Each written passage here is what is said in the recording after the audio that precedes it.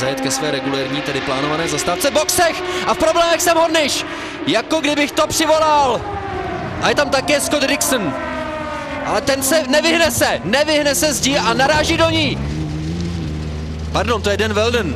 No ale Sam Hornish už pokračovat nebude, protože přišel o levé zadní kolo, no a doplatil na to také Dan Wheldon.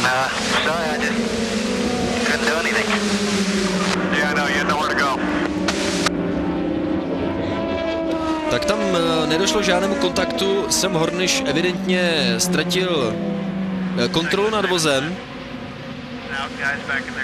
A otázka je, jestli třeba Dan Wheldon příliš nezazmatkoval, ale nejspíš ve snaze se mu vyhnout a nenarazit do něj, tak i on pak ztratil vládu nad vozem. A ačkoliv to vypadalo chvíli na to, že by ze svého monopostu na chvilku mohl udělat jen sekačku na trávu, tak nakonec z toho měla být zbíječka. Ale to už není něco, na co by jeho vůz byl stavěný a Dan Wheldon také končí. No poté, co Dan Wheldon fantasticky tu kariéru, respektive tuto sezonu zahájil, tak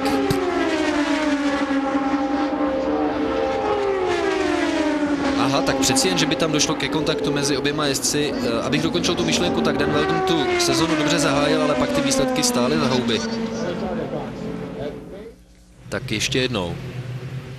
Tak tam evidentně ano, je to tak, Sam Hornish tam dostal přetáčivý smyk, který už nedokázal zvládnout.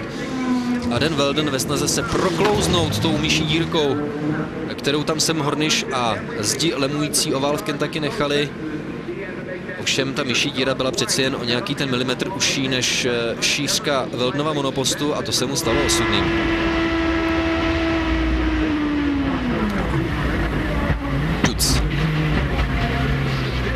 Všimněte si, jak jezdci reagují, že když už vědí, že je náraz nevyhnutelný, tak okamžitě sundají ruce z volantu.